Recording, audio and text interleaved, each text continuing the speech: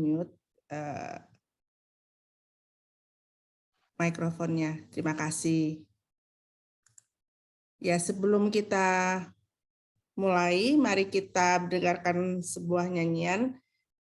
Kita nyanyikan lagu pujian Selidiki Aku, biar Tuhan sendiri yang bekerja dalam hati kita. Kita mau memiliki hati yang terbuka pada Tuhan agar supaya hari ini biarlah firman Tuhan boleh menegur kita, membentuk kita untuk menjadi semakin serupa dengan Tuhan. Selidiki aku.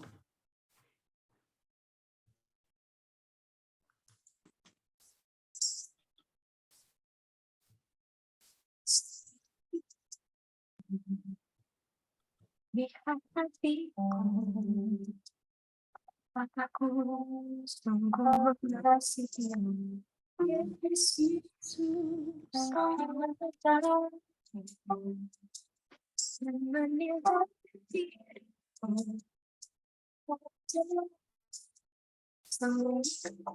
diriku, selidiki aku, lihat hatiku, mataku sungguh mengasihimu. Mata penilai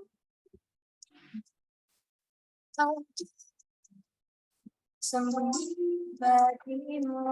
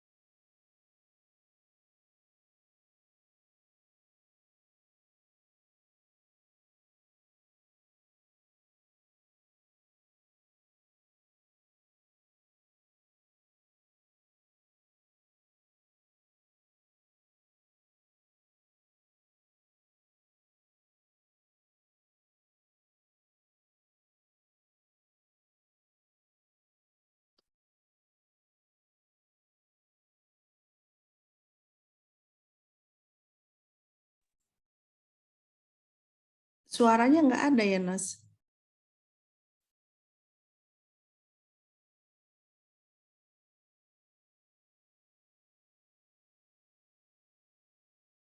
Suaranya hilang. Ya. Suara saya kedengeran nggak ya, Bapak Ibu? Kedengaran? Ya, sudah kedengeran.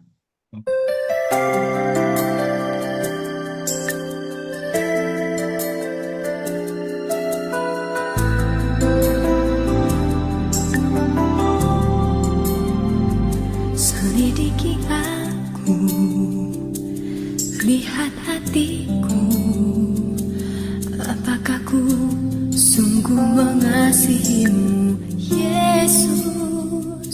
Kau yang Maha Tahu dan menilai hidupku, tak ada yang tersembunyi bagimu.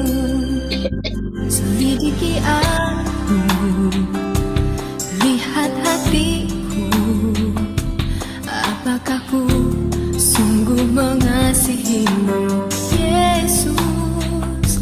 Kau yang Maha Tahu dan menilai hidupku, tak ada yang tersembunyi bagimu.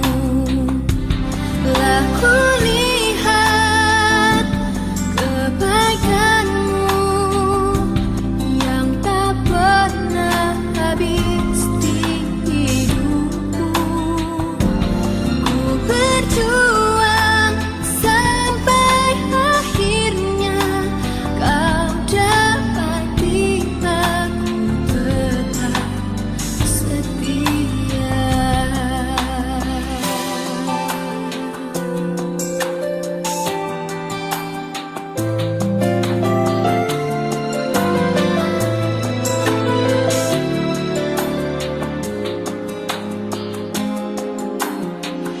Selidiki aku, lihat hatiku, apakah ku sungguh mengasihimu, Yesus.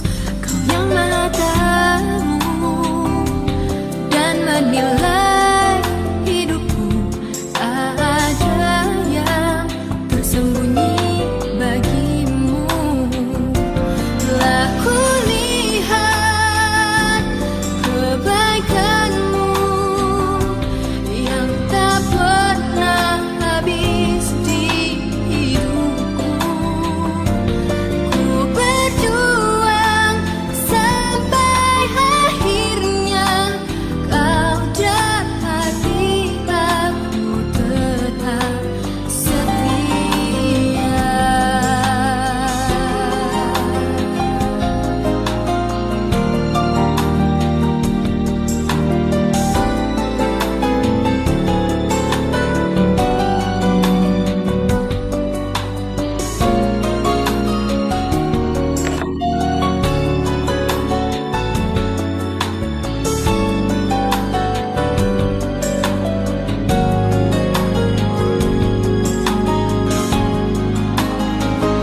Telah ku lihat kebaikanmu yang tak pernah habis di hidupku.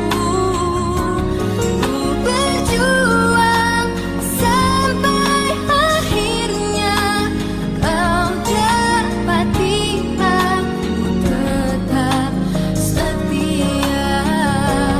Ku berjuang sampai akhirnya kau dapati aku tetap setia.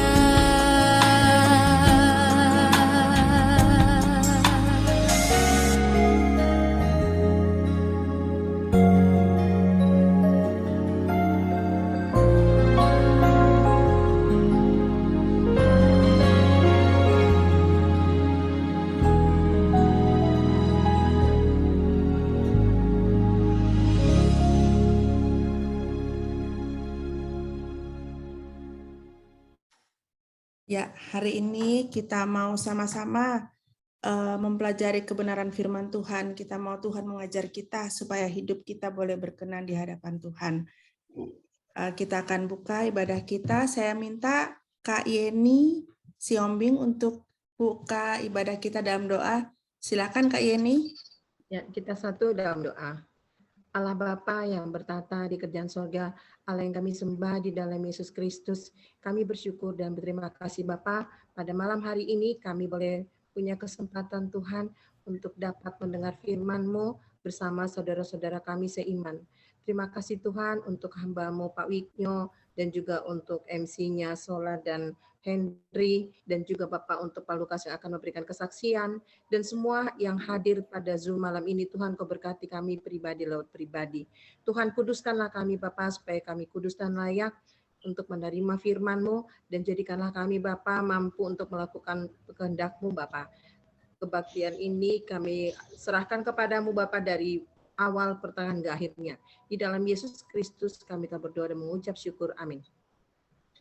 Amin, puji Tuhan. Harusnya MC pada malam hari ini adalah Bapak Pendeta Henry. Ya, cuma karena beliau ada salah satu yang kedukaan sehingga dia tidak bisa hadir pada malam hari ini dan diberikan kepada saya. Hari ini ada satu yang istimewa karena sebelum kita mendengarkan kebenaran firman Tuhan, kita juga akan mendengarkan kesaksian yang akan disampaikan oleh saudara kekasih kita, Bapak Haji Lukas Effendi. Bapak Lukas Effendi ini nanti mungkin akan memperkenalkan. Sebelumnya adalah seorang mualaf ya. Namun Tuhan dengan kasih-Nya, Tuhan membawa dia kembali kepada Tuhan Yesus dan menjadi doa kami juga.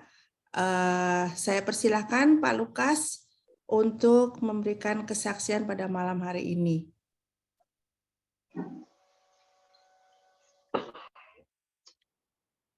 Ya, baik. Shalom, selamat malam Bapak Ibu. Shalom. Selamat Pak. Ya, terima kasih Bu Elmi atas kesempatan yang diberikan ke saya. Sebelumnya saya ingin menyapa Pak Wiknyo. Ada salam Pak Wiknyo dari jemaatnya, yaitu Pak Susetyo dan Pak Hani yang di Serang. Oh ya, ya salam juga. Iya. Ya shalom. Ya, shalom lah. Ya,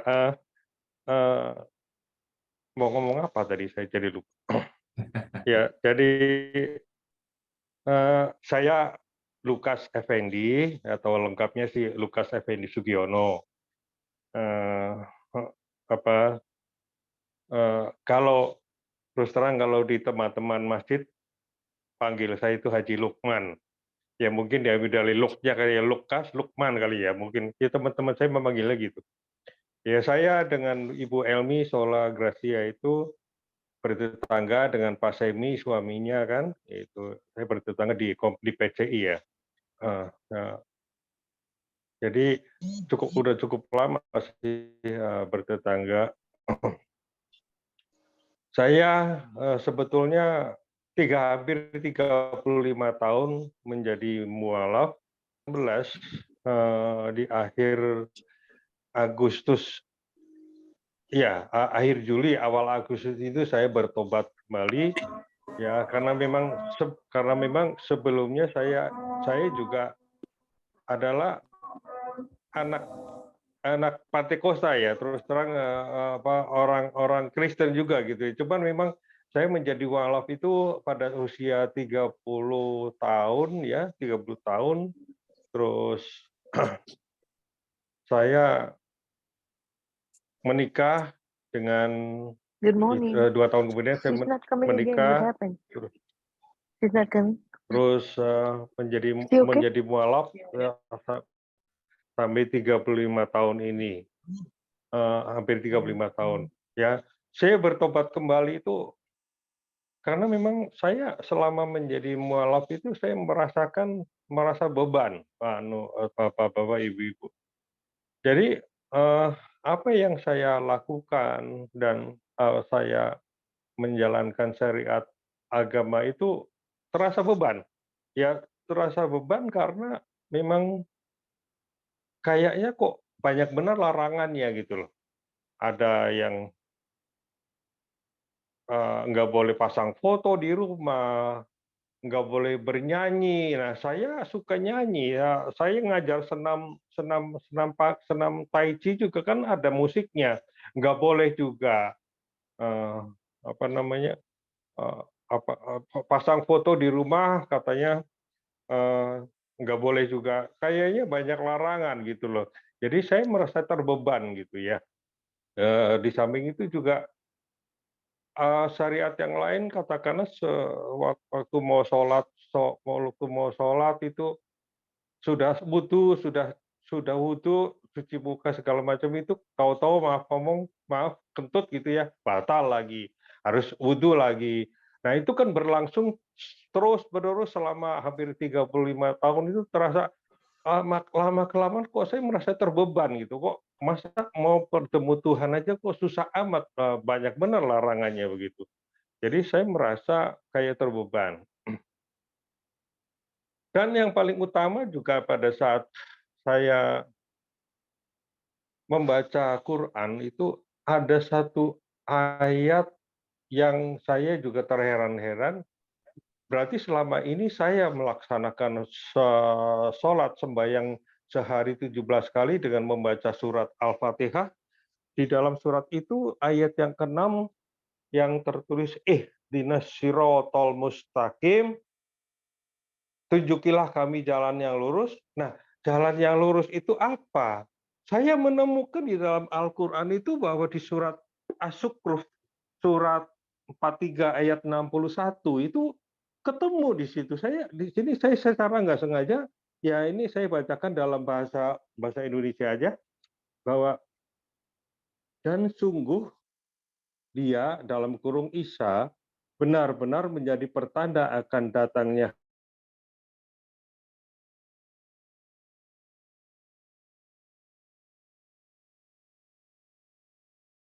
Freeze ya. Iya, kelihatannya sinyalnya, Kak. Sinyalnya memang dia bilang juga sinyalnya. Coba. Dikasih tahu aja tutup kamera nggak apa-apa.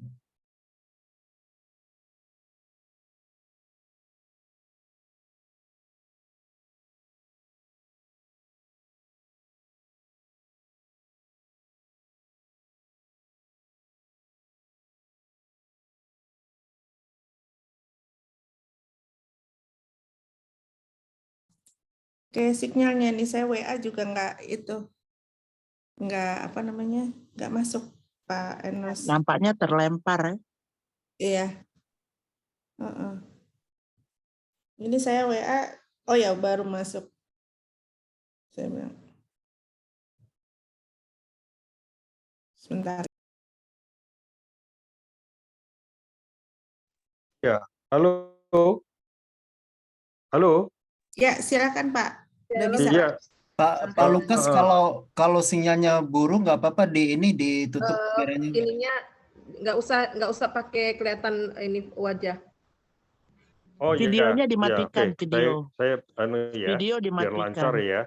Iya, silakan Pak. Ya, tadi sampai di mana? Saya jadi lupa. Tadi sampai di Ada yang nyimak nggak tadi? Saya sampai Iya, Jadi yang baca ada. Al-Quran. sama apa namanya Jadi- Bacaan surat, Pak. banyak yang apa namanya Siratul Mustaqim. Ya, Isa Jalan bin lurus. Surat. sampai jalan lurus tadi tuh Pak. Pembacaan suratnya, Pak. Pembacaan surat Al-Qur'annya, Pak. Pak Lukasnya masih ada nggak ya? masih ada. Oh ya, Terpental lagi kayaknya. bentar ya.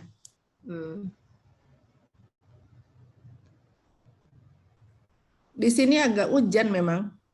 Iya. Halo, Pak Lukas. Belum masuk. Videonya dimatikan aja biar bisa. Masih ya.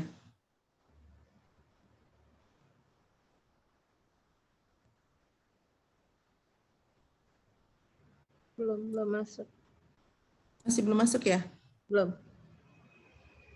Tapi orangnya ada kan ininya di situ ya? Namanya? Enggak. Terpental. Oh, terpental ya? Nggak ada namanya. Ya, kepental. Atau ini dulu. Nanti bisakah kesaksian atau mungkin di next? Iya, mungkin nanti kita lanjutin lagi ya. Ya. Kita biar langsung mendengarkan firman Tuhan. Gimana? Yang lain? Ya. Setuju, setuju. Ya. Baik. Sambil ini mungkin ada kendala teknis ya, signalnya yang kurang baik. Ya. Kita akan lanjutkan dulu. Kita akan mendengarkan firman Tuhan pada malam hari ini dan akan disampaikan oleh Pak Wijno. Nanti saya persilakan Pak Beni Tunggul untuk membawakan sebagai moderator. Saya persilakan. Ya, terima kasih Ibu Sola atas waktu yang diberikan. Selamat malam Bapak Ibu sekalian dan saudara. Selamat datang di PA Recreation Union. Malam ini kita akan PA yang dibawakan oleh Bapak Pendeta Dr. Insinyur Ignio Tanto MMMTH, Gembala GSKI Rohobot Pluit Jakarta Utara. Beliau juga seorang dosen di STT Ekumene dan juga penceramah dalam seminar. Malam ini kita akan PA, di mana nanti kita akan membahas lebih lanjut tentang bagaimanakah kita sebagai orang percaya, sebagai orang Kristen ya, menjadi seorang yang mempunyai kehidupan yang berkenan kepada Tuhan, dan terutama kita menjadi saksi Tuhan di tengah-tengah dunia ini. Waktu dan tempat kami persilakan kepada Pak Ignio Tanto untuk membawakan PA malam hari ini, dan nanti kita akan melakukan tanya jawab setelah beliau menyampaikan materi. Terima kasih Pak, silakan. Baik, selamat malam, Shalom Bapak Ibu Saudara sekalian. Shalom. Shalom Pak. Baik, sebentar saya mute dulu ya semua ya.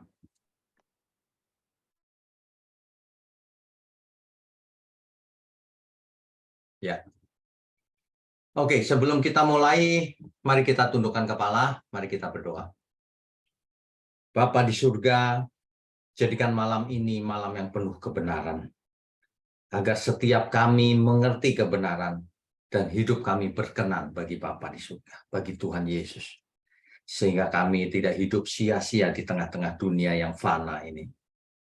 Bapa di surga, mohon berkati setiap kami dengan firman kebenaran-Mu. Urapi mulut hamba-Mu untuk menyampaikan kebenaran ini. Hanya di dalam nama Tuhan Yesus kami berdoa dan mengucap syukur. Amin. Bapak Ibu Saudara sekalian, bicara soal bagaimana kita bisa berkenan bagi Tuhan. Kita harus mengerti apakah arti kata berkenan. Berkenan itu dalam bahasa sederhananya menyenangkan. Bagaimana hidup kita menyenangkan Tuhan? Ini sebenarnya pokok utamanya. Sebab orang menjadi Kristen, tetapi kalau hidupnya tidak menyukakan hati Tuhan, tidak berkenan, sia-sia juga. Makanya di kitab Roma pasal 12 ayat 1-2 di situ dijelaskan. Coba kita baca ya, kitab Roma pasalnya yang ke-12 ayat 1 dan 2. Saya bacakan. Karena itu saudara-saudara, demi kemurahan Allah, aku menasihatkan kamu supaya kamu mempersembahkan tubuhmu. Apa yang dipersembahkan? Tubuh kita.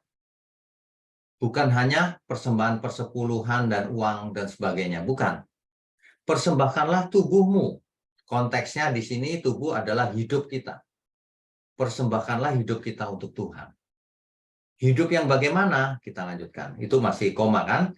Sebagai persembahan yang hidup. Tubuh kita sebagai persembahan yang hidup. Artinya adalah hidup kita persembahkan untuk Tuhan. Hidup yang bagaimana?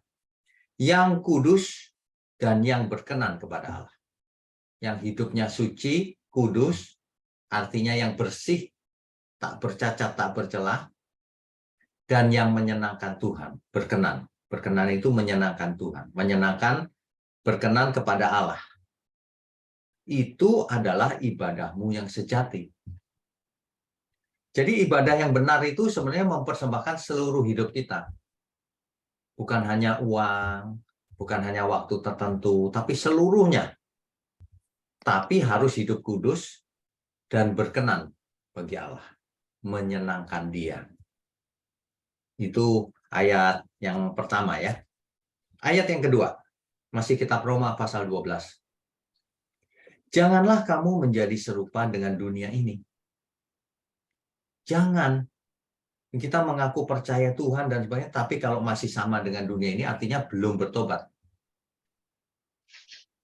Jangan serupa dengan dunia ini. Kamu beda, kita itu beda. Ya. Tetapi berubahlah oleh pembaharuan budimu. Jadi jangan sama dengan dunia ini. Kita harus berubah akal budi kita. Jadi kalau ada yang ngajar, kalau mau cari Tuhan, jangan pakai akal budimu, itu salah. Jangan pakai otakmu, itu salah besar. Justru semuanya ini diciptakan Tuhan. Otot, kekuatan kita, tubuh kita, hati kita, pikiran kita, akal budi kita.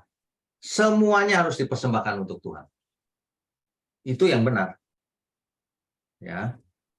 Sehingga apa? Sehingga kamu dapat membedakan manakah kehendak Allah. Maksudnya gini, sehingga kamu mengerti yang mana kehendak Allah. Yaitu apa yang baik, yang berkenan kepada Allah, dan yang sempurna. Jadi kita bisa mengerti yang baik itu yang mana, yang berkenan, yang menyenangkan yang mana, dan yang sempurna itu yang bagaimana. Ini sebenarnya inti daripada ibadah kita.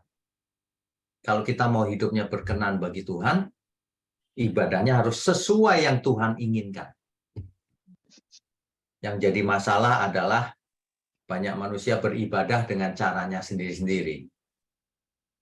Rajin ke gereja, puasa, bayar persepuluhan. Semuanya itu tidak salah, tidak. Tapi itu tidak cukup. Kalau cuma itu yang dilakukan, itu namanya beragama. Kalau beragama itu mengikuti aturan-aturan yang sudah ditetapkan. Kalau zaman Perjanjian Lama, orang Yahudi punya hukum Taurat dengan syariat-syariat Taurat. Jadi kalau orang beragama ya mengikuti syariat Taurat hari itu. Nah, ini yang perlu kita mengerti. Jadi kita itu disetting bukan supaya kaku seperti orang beragama. Nah, nanti pelan-pelan ya. Jadi bagaimana kita mesti belajar berkenan. Kita harus mengerti dulu apa itu kehendak Allah dan apa kehendaknya dalam hidup kita. Supaya kita bisa membedakan, oh ini yang baik, oh ini yang menyenangkan Tuhan, yang berkenan, oh ini yang sempurna. Supaya kita bisa bedakan. Ya, itu ibadah yang benar itu begitu. Makanya Rasul Paulus menulis dalam 1 Korintus 10 ayat 31. 1 Korintus 10 ayat 31. Aku menjawab, jika engkau makan, atau jika engkau minum, atau jika engkau melakukan sesuatu yang lain, lakukanlah semuanya itu untuk kemuliaan Allah. Jadi ibadah yang sejati itu bukan di kotak-kotak. Oh ini sedang di gereja, oh ini sedang hari Sabat, oh ini di rumah, oh ini di Yerusalem. Kalau di Yerusalem lebih didengar Tuhan. Bukan. Ibadah yang sejati itu seluruh hidup kita persembahkan untuk Tuhan. Semuanya untuk Tuhan. Untuk Tuhan itu artinya bukan untuk gedung gereja. Untuk Tuhan itu apa saja yang kita lakukan, memuliakan Tuhan. Menyenangkan Tuhan. Itu. Nah, ini tidak banyak yang mengerti akan hal ini, sehingga orang terbatas pada kehidupan beragama saja. Padahal hidup kita disetting luar biasa. Hidup kita itu beyond religion, melampaui agama. Harus. Karena kita disetting menjadi anak-anak Allah. Yohanes 1 ayat 12. Yohanes 1 ayat 12. Ayat 11 dulu ya, supaya jelas konteksnya. Ia datang kepada milik kepunyaannya. Tuhan Yesus datang kepada milik kepunyaannya. Tetapi orang-orang kepunyaannya itu tidak menerimanya, ditolak. Tetapi, ayat 12-nya, semua orang yang menerimanya diberinya kuasa supaya menjadi anak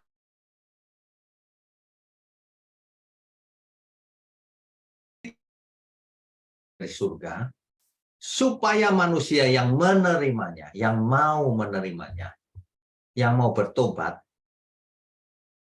itu menjadi anak-anak Allah. Bukan hanya beragama, tapi menjadi anak-anak Allah. Nah, itu yang paling penting dalam hidup kita ini. Makanya kita harus mengerti. Jadi seluruh ayat Alkitab itu sebenarnya tujuannya cuma satu. Supaya manusia menjadi anak-anak Allah. Sehingga hidupnya berkenan menyenangkan Bapa di surga, menyenangkan Tuhan Yesus. Sehingga manusia itu selamat. Sehingga manusia memiliki akal budi seperti yang Tuhan kehendaki. Itu bukan aturan-aturan agama saja. Ya, itu diulang-ulang dengan berbagai kalimat. Misalnya 1 Petrus 1 ayat 16. 1 Petrus 1 ayat 16. Sebab ada tertulis, kuduslah kamu, sebab aku kudus. Nah, jadi kita itu harus hidup kudus. Mengapa? Ibadah yang sejati itu mempersembahkan tubuh kita sebagai persembahan yang hidup, yaitu hidup kudus. Lagi pula, kita harus ingat, selalu ingat, bahwa Roh Kudus menemani kita. Ada di dalam diri kita. Kita ada di dalam Roh Kudus. Supaya kita dipimpin oleh Roh Kudus kepada seluruh kebenaran yang utuh. Dan Alkitab berkata, orang yang dipimpin oleh Roh, dialah anak-anak Allah. Jadi tujuannya adalah menjadikan kita semua anak-anak Allah. Anak-anak Allah tentu saja berkenan bagi Allah. Perkenanan Allah. Jadi kalau kita mau belajar bagaimana berkenan kepada Allah, ya kita harus jadi anak. Anak Allah. Anak Allah itu yang bagaimana? Yang mempersembahkan seluruh hidupnya untuk Tuhan. Yang bagaimana? Yang hidupnya kudus. Tak bercacat, tak bercela. Ya, yang hidupnya kudus dan berkenan, menyenangkan Dia. Kan begitu. Yang bagaimana lagi? Yang mengalami pembaharuan akal budi. Supaya mengerti kehendak Bapa. Supaya kita tahu mana yang baik, mana yang berkenan, mana yang sempurna. Nah, ini tidak bisa dipelajari dalam semalam. Ini harus dipelajari dalam proses panjang seluruh hidup kita. Belajar kebenaran yang benar, praktek dalam hidup, nanti berjalannya waktu kita akan mengalami perubahan yang memang makan waktu, tapi pasti berubah. Yang jadi masalah adalah kalau seseorang tidak mendengar firman yang benar. Baca ayat Alkitab tapi salah pengertiannya. Nggak bertumbuh. Jadi kuasa firman itu hanya akan efektif kalau disampaikan dengan benar. Alkitab berkata, karena Injil itu kekuatan Allah yang menyelamatkan. Menyelamatkan kita. Ya, itu. Bahkan, dalam Matius 5 ayat 48. Matius pasal 5 ayat 48. Tuhan sendiri yang berkata begini. Karena itu haruslah kamu sempurna. Sama seperti Bapamu yang di surga adalah sempurna. Nah, kan begitu.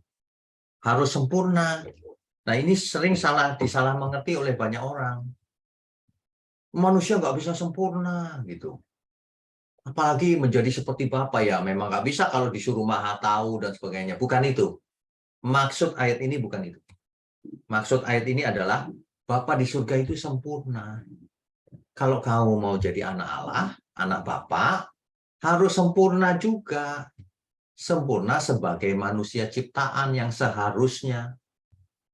Nah, itu definisi sempurna. Dan itu perintah Tuhan Yesus sendiri, jangan dilawan. Ya. Lagi pula Tuhan mengasihi kita loh. Yohanes 15 ayat 9. Yohanes 15 ayat 9. Seperti Bapa telah mengasihi aku, demikianlah juga aku telah mengasihi kamu. Tinggallah di dalam kasihku itu. Jadi sebenarnya yang dikehendaki oleh Tuhan adalah bukan setiap manusia hidup menurut hukum. Bukan, itu sementara. Taurat itu sementara. Yang dikehendaki adalah supaya kita mengasihi Tuhan, mengasihi Bapa. Jadi hubungannya bukan diatur oleh peraturan atau hukum, kaku, tapi diatur oleh, dihubungkan oleh cinta kasih. Itulah sebabnya Tuhan mengatakan begitu, sama seperti Bapa telah mengasihi aku, demikianlah juga aku telah mengasihi kamu. Nah, pertanyaannya, apakah kita mengasihi Tuhan? Kalau mau berkenan ya kita harus mengasihi Tuhan. Oh, Tuhan lebih dahulu mengasihi kita. Ya kan? Coba kita baca Yohanes 14 ayat 15.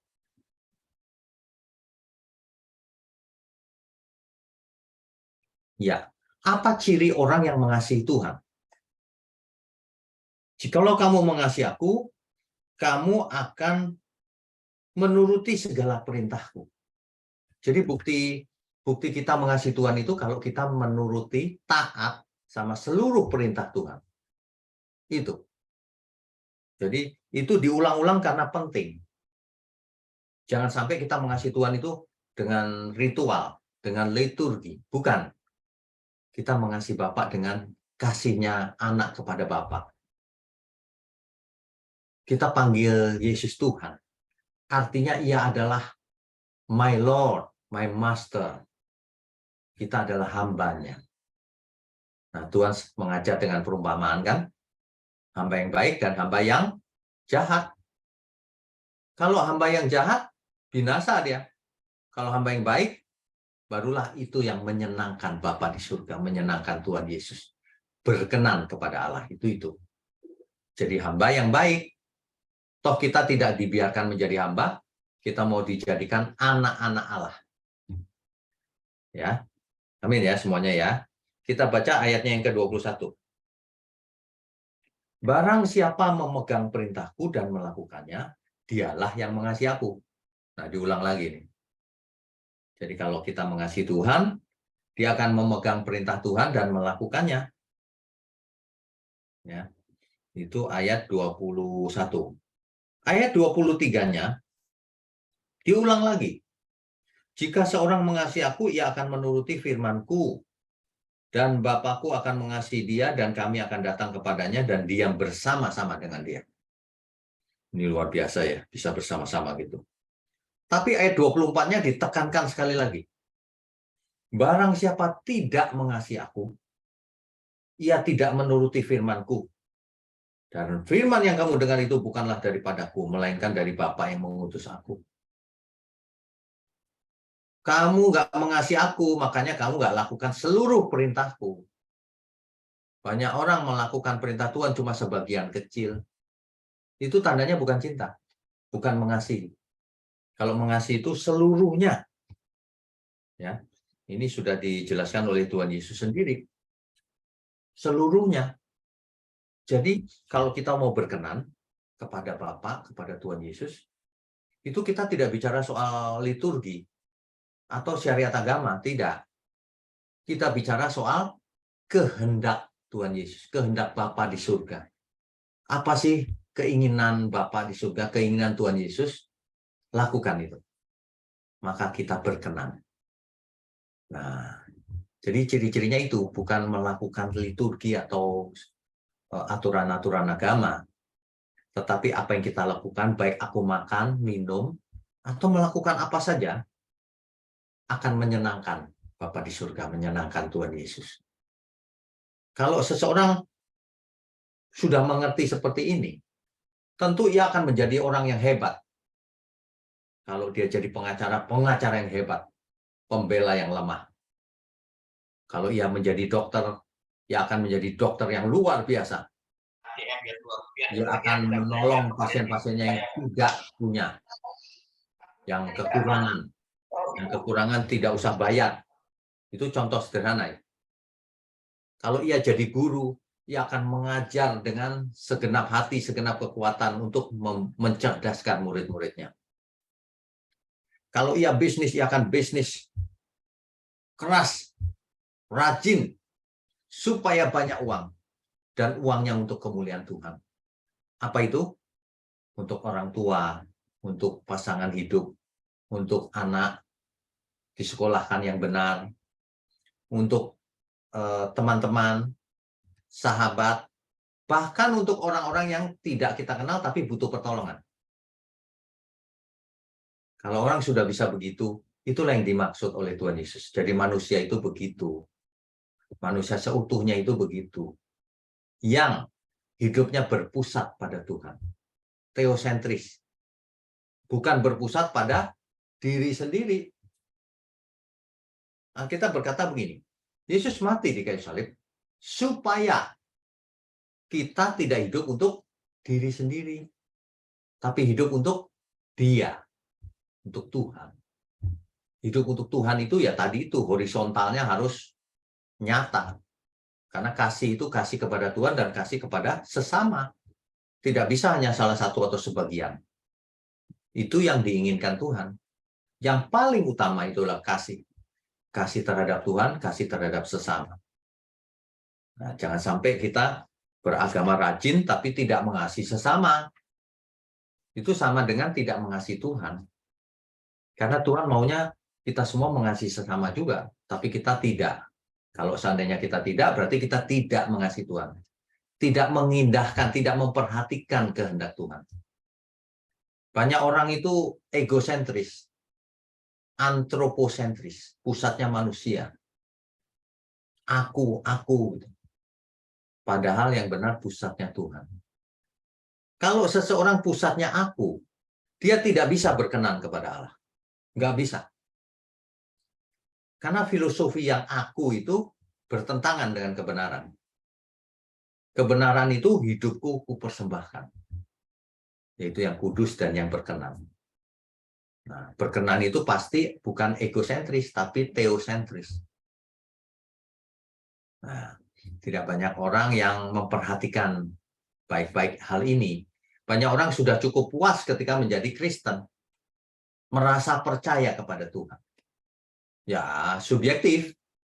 Tapi Tuhan yang memberikan standar. Kalau kamu mengasihi aku, kamu akan melakukan seluruh perintahku. Setiap orang boleh saja merasa aku sudah percaya Tuhan, sudah taat. Tapi yang nilai Tuhan. Apakah kita sudah melakukan seluruh perintah Tuhan atau belum? Nah, itu pertanyaan kembali ke kita. Jadi jangan sampai kita cuma rajin ke gereja hari Minggu, tapi di luar hari Minggu tidak taat pada perintah Tuhan. Tidak menyenangkan Tuhan hidupnya. Artinya menyenangkannya cuma hari Minggu. Itu pun cuma sejam atau 2 jam di gereja. Nah, ini malam ini hendaknya kita semua mulai disadarkan bahwa hidup kita itu cuma 2 pilihannya. 2 hal pilihan ini bukan ditakdirkan oleh Tuhan. Oh, si A nanti tidak taat. Oh, enggak. Taat atau tidak taat itu keputusan pribadi kita. Seseorang mau ikut pendalaman Alkitab malam ini, tidak digerakkan Tuhan. Pilih. Pilih apakah kita mau dengar atau mau nonton film atau mau tidur. Itu pilihan. Hidup ini pilihan. Ya, jangan salah. Jangan, mungkin nasibku begini, Pak. Enggak. Tuhan menentukan setiap orang jadi anak-anak Allah. Kalau ternyata tidak jadi anak Allah, salahnya sendiri. Bukan Tuhan yang menentukan, bukan nasib. Ingat ya, 1 Korintus 10 ayat 31. Baik aku makan, minum, atau melakukan apa saja, lakukan untuk kemuliaan Tuhan. Kita yang harus melakukannya. Bertobatlah kau. Nah, kita yang harus bertobat bukan ditentukan Tuhan, bukan nasib. Pilihan. Kalau mau menyenangkan Tuhan itu pilihan. Karena kita harus meninggalkan kesenangan pribadi untuk melayani Tuhan dalam seluruh hidup kita. Padahal, kalau kita melakukan perintah Tuhan, kita juga happy. Banyak orang itu nggak mengerti, wah kalau aku melakukan perintah Tuhan jadi susah hidupnya, berat. Tidak. Justru kita mengalami pembaharuan akal budi, dan apa saja yang kita lakukan jadi berkat. Kuasa Tuhan, karunia Tuhan mengalir melalui hidup kita. Banyak orang merasakan kasih Tuhan melalui tangan kita. Kita bisa dipakai Tuhan untuk menjadi terang dan garam dunia ini. Dunia ini gelap, saudara. Banyak orang jahat, egois. Kalau bukan kita yang menerangi, lalu siapa? Kalau bukan kita yang menggarami dunia, lalu siapa? Orang dunia tidak bisa diharapkan. Makanya setiap kita itu harus jadi agent of change. Di mana kita ada, kita mengubah. Bukan diubah, mengubah. Itu dimulai dari hidup kita sendiri. Sehingga nanti mulai berdampak bagi lingkungan kita. Tinggalkan segala keinginan, ambisi-ambisi yang tidak bersih. Tinggalkan, saudara. Kalau kita mau menyenangkan Tuhan, mari kita tinggalkan segala kegiatan yang sia-sia, yang tidak berkaitan dengan kehendak Tuhan, yang cuma memuaskan diri sendiri. Kita tinggalkan mulai sekarang. Jangan. Itu tidak berkenan bagi Tuhan. Ya. Jadi prinsip perkenanan Tuhan itu luar biasa. Bahkan Tuhan ingin setiap kita jadi anak Allah. Bukan sekedar selamat masuk surga, tapi benar-benar mengalami pembaharuan akal budi. Itulah yang disebut dengan istilah lain, lahir baru. Lahir baru itu artinya menjadi manusia baru. Contoh sederhana ya. Dulu dia pelit tuh sama sesama. Setelah mengerti kebenaran jadi nggak pelit. Dia dulu kalau ngomong tuh negatif terus. Sekarang enggak loh, dari mulutnya keluar berkat. Oh. Dulu orang nggak mau dekat-dekat dia. Kalau dekat itu nggak enak didengar omongannya. Sekarang orang pengen dekat-dekat. Kenapa? Kalau dekat dia adem. Mulutnya jadi berkat. Loh kan enak kan? Mestinya kita semua begitu sih. Apapun profesi kita. Apalagi kalau profesinya benar-benar berdampak bagi masyarakat. Oh, harus digunakan untuk memuliakan Tuhan. Ya, siapapun agamanya beda, kalau dia butuh pertolongan, kita tolong, nggak masalah itu. Justru menyenangkan Tuhan. Agar orang tahu, oh kasihnya orang percaya itu begini. Gitu. Ya, begitu ya Bapak Ibu ya. Nah, kita itu harus selalu ingat bahwa Roh Kudus ada dalam diri kita, bahwa setiap saat kita dipantau oleh Bapa di surga, oleh Tuhan Yesus, melalui Roh Kudus yang ditaruh dalam diri kita. Ibarat CCTV, kita itu ada CCTV yang dari surga. Jadi kalau kita masih berani buat dosa, ngomong sembarangan, itu namanya tidak percaya. Itu namanya tidak mengasihi Tuhan. Bahkan itu namanya, maaf ya, kurang ajar sama Tuhan. Sudah dikasih Roh Kudus, dikasih CCTV dari surga, berani sengaja melakukan pelanggaran dosa. Berani tidak berkenan bagi Tuhan. Mestinya kita sangat bersyukur kalau kita itu siapa dulu. Ditebus oleh Tuhan, dosa-dosa kita tidak diingatnya. Ya, tapi Tuhan menuntut kita supaya jangan hidup oleh daging lagi, tapi hiduplah oleh roh. Artinya dalam bahasa sederhana, supaya kita berhenti dari dosa, pisahkan dirimu dari dunia ini, bukan secara fisik, secara akal budi. Pisahkan, kamu jangan berpikir dan berperasaan seperti orang dunia. Kau anak-anak Allah, kita semua anak-anak Allah. Ayo berubah. Itu yang diinginkan Tuhan. Kenaman itu tidak bicara soal aturan-aturan agama. Apakah benar hidupku ini menjadi perkenanan Tuhan, berkenan kepada Allah. Yaitu to please God, pleasing God. ya, menyenangkan dia. Ya, ada ref satu lagu itu liriknya itu benar-benar bagus. Bapak Ibu bisa catat tuh. Liriknya begini. Menyenangkanmu, menyenangkanmu, dimanapun dan kapanpun, dalam segala perkara, menyenangkanmu, menyenangkanmu, sejak di bumi sampai selamanya. Menyenangkan Tuhan kapanpun. Artinya apa? Tidak tergantung waktu. Kapanpun, anytime. Mau hari Senin, hari Selasa, hari Rabu, hari Minggu, hari Sabat. Anytime menyenangkan dia. Dimanapun. Apalagi kapanpun. Kapanpun. Dimanapun, anywhere ya. Kapanpun, anytime. Dimanapun, mau di rumah, mau di gereja, mau di kantor. Dimana kita tetap anak Allah. Jangan lupa itu. Harus menyenangkan dia. Dan dalam segala perkara. Dalam segala hal. Seluruh hidup kita harus menyenangkan Tuhan. Kalau seorang pengacara, ahli hukum, dokter, dan sebagainya profesional, di bidangnya masing-masing menyenangkan Tuhan. Nah, itu ya. Sejak kapan? Sejak sekarang, bukan nunggu nanti di surga. Nanti di surga, Pak, aku disucikan oleh Tuhan. Bukan, mulai sekarang. Mulai sekarang, kuduslah kamu, sebab aku kudus. Perintahnya jelas sekali. Ya, Bapak Ibu ya. Jadi, kita itu orang-orang yang sangat amat beruntung. Kalau bisa mendengar Injil yang begini. Firman kebenaran. Yang sesuai dengan Alkitab. Yang tidak dipleset-plesetkan. Jadi hidup kita ini tentang Tuhan. Kehendaknya. Hidup kita ini sebenarnya ibadah.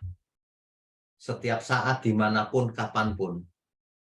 Itu ibadah sebenarnya. Mempersembahkan tubuh kita yang hidup, yang kudus, dan yang berkenan. Itu ibadah yang sejati itu. Makanya hidup ini sebenarnya ibadah. Seluruh hidup kita itu ibadah. Itulah persembahan yang benar. Bukan hanya uang. Tuhan tidak butuh uang. Meskipun kegiatan gereja butuh uang. Tapi bukan itu yang dimaksud Tuhan. Yang dimaksud adalah seluruh hidup kita harus kita persembahkan untuk Tuhan dengan melakukan seluruh kehendaknya. Di kitab Roma tadi disebutkan itulah ibadah yang sejati. Sebenarnya itu teks aslinya, itulah ibadah yang logis. Logikos teks aslinya. Itulah ibadah yang logis. Yang diterima oleh Tuhan. Kalau cuma ngasih duit sedikit gitu, memangnya Tuhan butuh. Memangnya Tuhan lalu disukakan gitu, senang gitu. Tidak, Tuhan lihat hati. Tuhan lihat seluruh hidup kita. Ya. Nah, jadi tapi ingat dalam hidup kita ini sebenarnya kita sedang ikut pertandingan yang diwajibkan, perlombaan. Yaitu tadi supaya setiap saat menyenangkan Dia. Tentu saja dalam hidup ini ada oknum jahat itu yang berusaha mempengaruhi. Makanya sangat penting untuk Bapak Ibu Saudara sekalian belajar Alkitab yang benar dan utuh. Jangan cuma sebagian, harus utuh. Nah, supaya apa? Supaya tidak bisa ditipu oleh si jahat itu. Nah, begitu ya. Jadi di samping itu ada si jahat, ada keinginan pribadi. Ingat, kalau kita mau jadi murid Tuhan, nggak boleh punya keinginan pribadi. Keinginan kita adalah keinginan Tuhan. Itu yang benar. Seperti mamon, kekuasaan, kepopuleran, jabatan, itu tidak boleh menjadi berhala. Semua itu harus jadi alat untuk kemuliaan Tuhan. Mestinya begitu, ya. Sehingga tidak ada di antara kita yang menjadi egosentris, tapi teosentris, memancar keluar menjadi berkat. Itu. Ya, amin ya, saudara ya. Jadi saya berharap di malam ini firman Tuhan bisa ditangkap dan dimengerti. Sebab firman Tuhan berkata begini di Alkitab. Kalau firman itu ditabur, lalu dimengerti dengan benar, maka orang itu hidupnya berbuah-buah. Ada yang 100 kali, ada yang 60 kali, ada yang 30 kali. Apa maksudnya berbuah-buah? Hidup seseorang yang mengerti firman itu berubah total. Bayangkan perubahannya 100 kali, ada yang 60 kali, ada yang 30 kali. Itu perubahan yang tidak main-main itu. Berubah total. Jadi sangat penting untuk mengerti firman Tuhan dengan lengkap dan benar. Tuhan Yesus sendiri berkata begini, jika engkau tetap di dalam firman-Ku, engkau adalah benar-benar murid-Ku. Dan kamu akan mengerti kebenaran. Dan kebenaran itu akan memerdekakanmu. Memerdekakan dari apa? Melepaskan dari apa? Segala ikatan. Ikatan dosa, ikatan nafsu-nafsu yang tidak baik. Segala ikatan akan lepas, bebas. Itulah yang dimaksud menyenangkan Tuhan. Kalau orang terikat dengan mamonnya itu tidak menyukakan hati Tuhan, tidak berkenan hidupnya pasti. Kan ada orang kaya yang dikisahkan di Alkitab itu, yang hidup untuk dirinya sendiri, nggak peduli sama Lazarus dan sebagainya, padahal Lazarus makan aja nggak bisa. Nah, yang begini tidak berkenan, makanya orang kaya itu binasa di alam maut. Ya, nah, malam ini jangan ada di antara kita yang tidak mengerti. Kalau kita mengerti, mari kita lakukan sehingga hidup kita menjadi berkenan kepada Dia. Amin, Bapak Ibu, Saudara. Amin. Baik. Terima kasih untuk penjelasan ataupun bukan khotbah Pak, tapi lebih banyak kepada pendalaman lah ya. Malam hari ini. Terima kasih Pak Ignyo untuk penjelasannya. Saya mendapatkan beberapa kesimpulan yang disampaikan oleh Pak Pendeta Ignyo, bahwa pertama, pengertian dasar berkenan di hadapan Allah itu adalah menyenangkan Tuhan. Yang kedua, menyenangkan Tuhan diartikan bukan ibadah bersifat badan atau agamawi, menaati Taurat atau syariat. Yang kedua adalah mempersembahkan tubuh. Ini kalau kita tahu bahwa tubuh itu kan terdiri daripada tubuh secara fisik atau secara jasmani, kemudian ada jiwa dan roh. Nah, jadi di sini diartikan bahwa kita haruslah hidup kudus ya, tubuh kita harus kudus, kemudian kita haruslah berubah secara akal budi. Jadi kita mempunyai perubahan setelah kita hidup benar-benar mempersembahkan itu adalah kita haruslah mempunyai perubahan akal budi. Dan yang ketiga, kita harus memiliki hubungan yang karib ya, atau persekutuan antara Allah atau Bapa kita dan kita sebagai anak, karena status anak adalah menjadi bukti kasih Bapa mengasihi kita, dan kita seharusnya lah menyenangkan Bapa kita yang dalam kehidupan kita dalam roh ya. Nah, yang ketiga, saya melihat bahwa memiliki ketaatan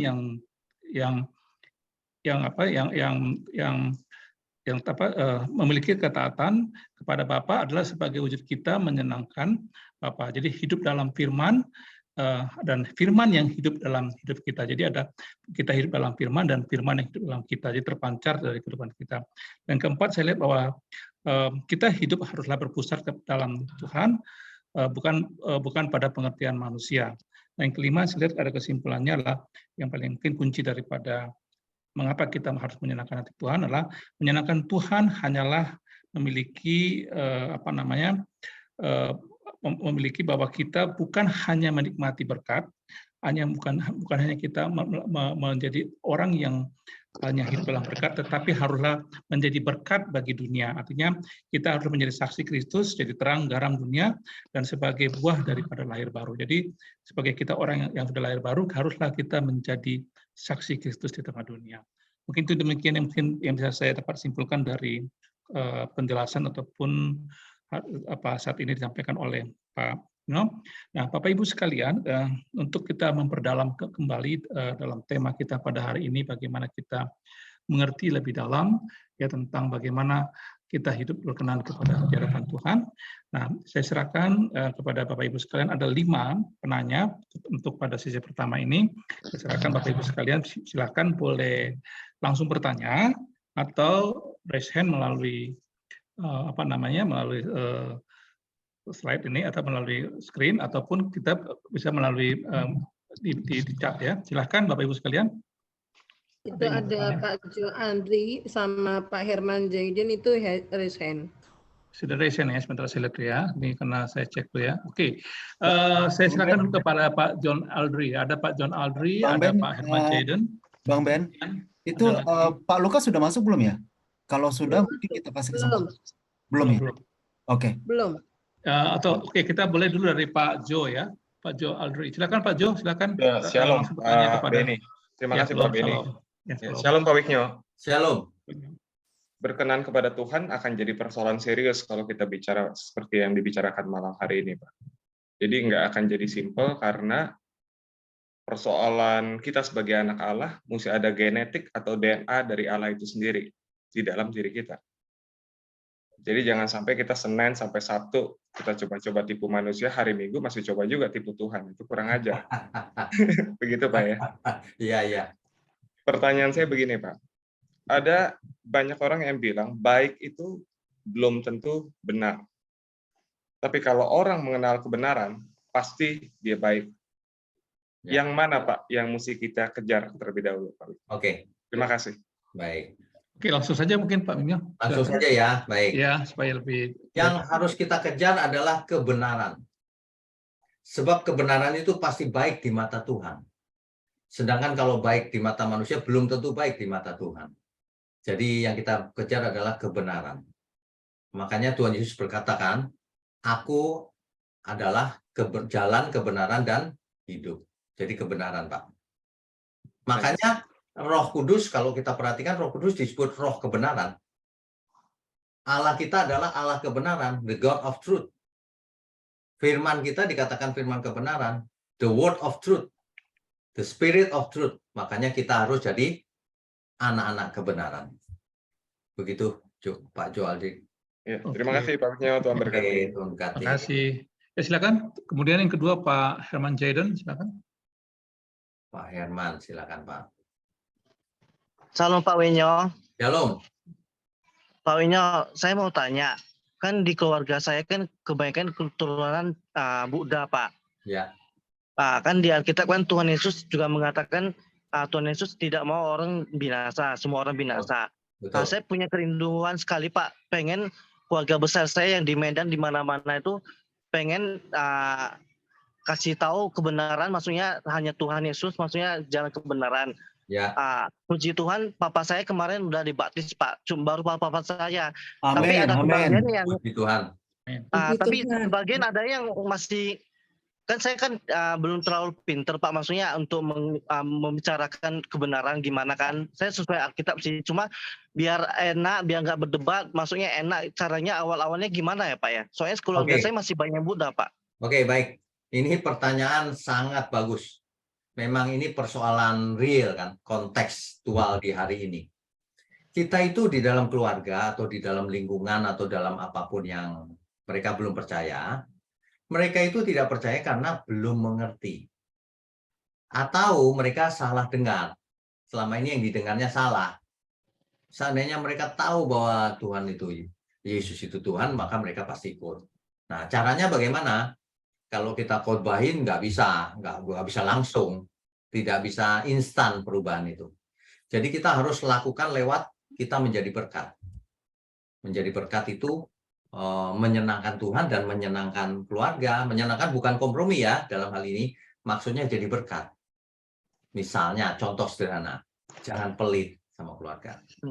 Kita jadi berkat, jadi baik, omongannya baik. Kita dekat-dekati seperti Rasul Paulus dulu. Aku bagi orang yang hidup dengan Taurat, seolah-olah aku hidup menurut Taurat, seolah-olah untuk memenangkan jiwa. Gitu. Jadi nggak masalah mereka apapun kepercayaan, tapi kita dekati terus. Dan sambil nanti dilihat, oh anakku yang satu ini beda nih. Barulah orang tuanya nanti kalau pas ada event Natal atau apa diajak, biar nggak salah mengerti, oh ternyata begini. Banyak orang itu menolak padahal nggak tahu apa-apa. Belum mengerti apa-apa tapi menolak pokoknya gitu. Nah makanya kita perlu perkenalkan yang benar. Jangan sampai hidup kita sendiri menjadi sandungan. Kalau hidup kita menjadi sandungan, bicara soal kebenaran mana bisa, oh kamu aja sendiri begitu gitu, ya kan? Kita harus jadi garam dan terang, maka orang nggak mungkin nolak ketika kita bicara. Minimal akan didengarkan dulu.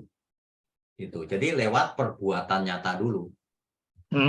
Kalau debat malah nggak bertobat orang. Kesel-keselan gitu buat apa? Iya. Debat. Kita perlu lewat perbuatan aja. Jadi orang-orang itu harus dikalahkan dengan saudara kita, orang tua atau siapa, harus dikalahkan dengan perbuatan kasih.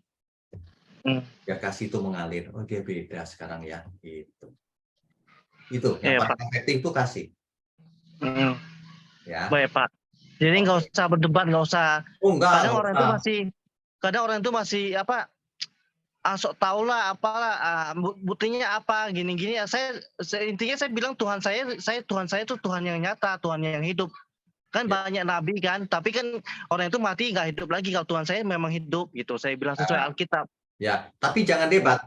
Kita menjelaskannya dengan tulus, halus, tapi nggak perlu debat. Kalau di debat ya sudah, gitu aja. Belajar kita menjadi sabar menghadapi. Ya kata Pak Pendeta saya sih intinya kita kasih tahu dulu masalah orang itu percaya nggak percaya, ntar urusan Tuhan yang akan jamah mereka. Benar ya Pak ya?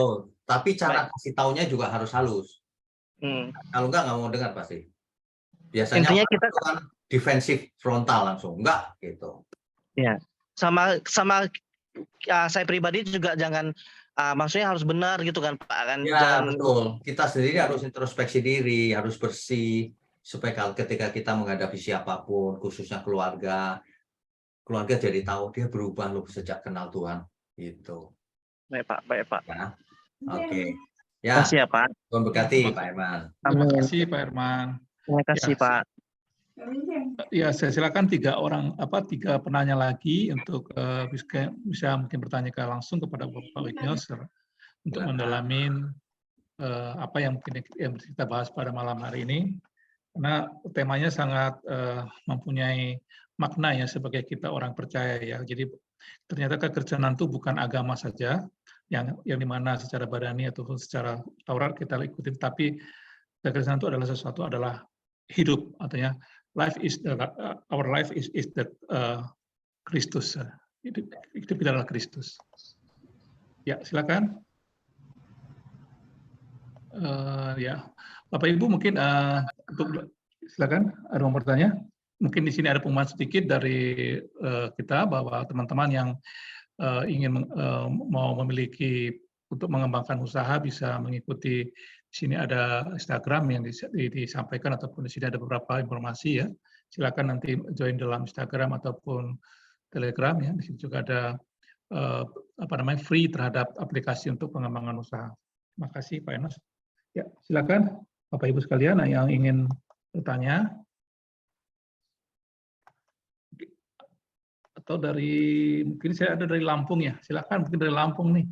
Karena baru-baru ini Lampung sangat heboh dengan masalah yang saat ini menjadi permasalahan di Indonesia ya. Iya. Oke.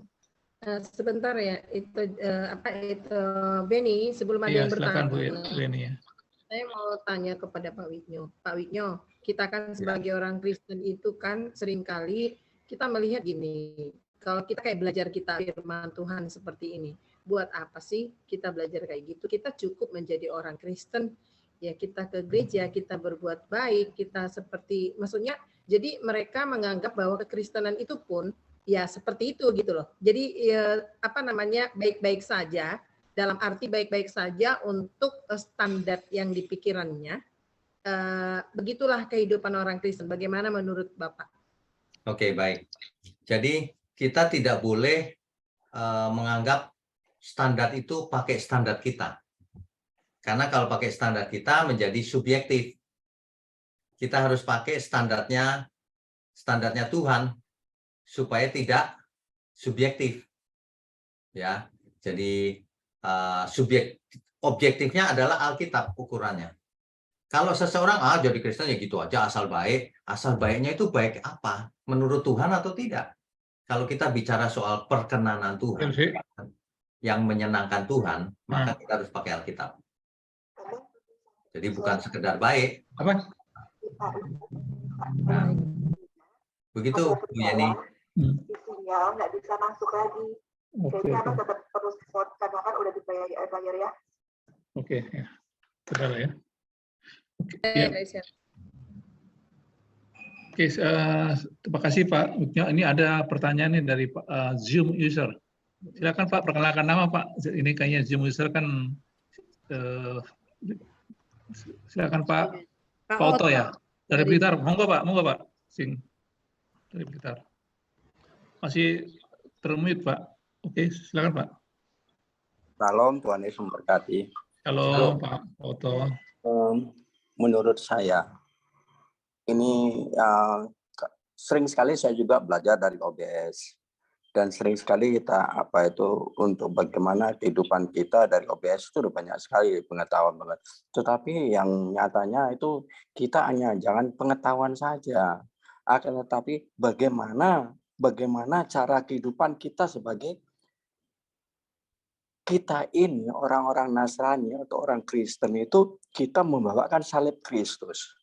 Salib Kristus itu apa? Kita diajarkan daripada yaitu vertikal kepada Tuhan dan kepada sesama. Jadi teosentris.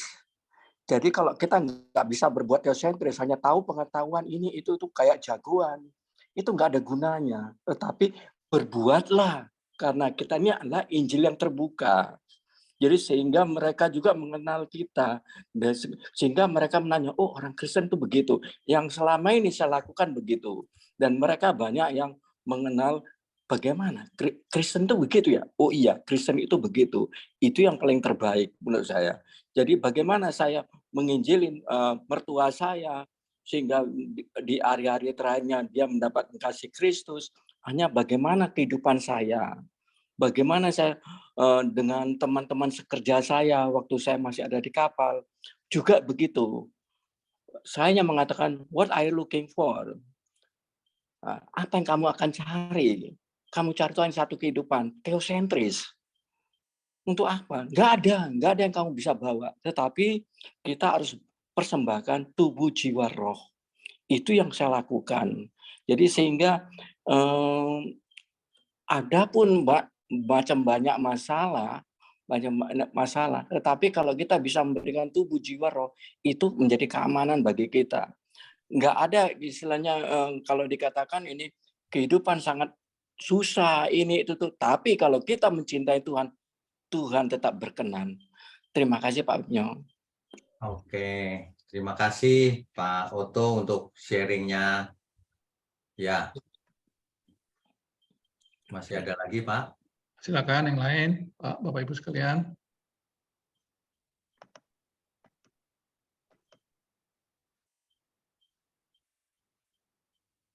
Tadi ada yang dari Papua deh kayaknya. Ada yang dari Papua, silakan dari Papua. Mungkin dari daerah jauh yang luar ya. Terima kasih dari Blitar nih Pak. Sama Pak. Sama. Yang dari Papua siapa ya?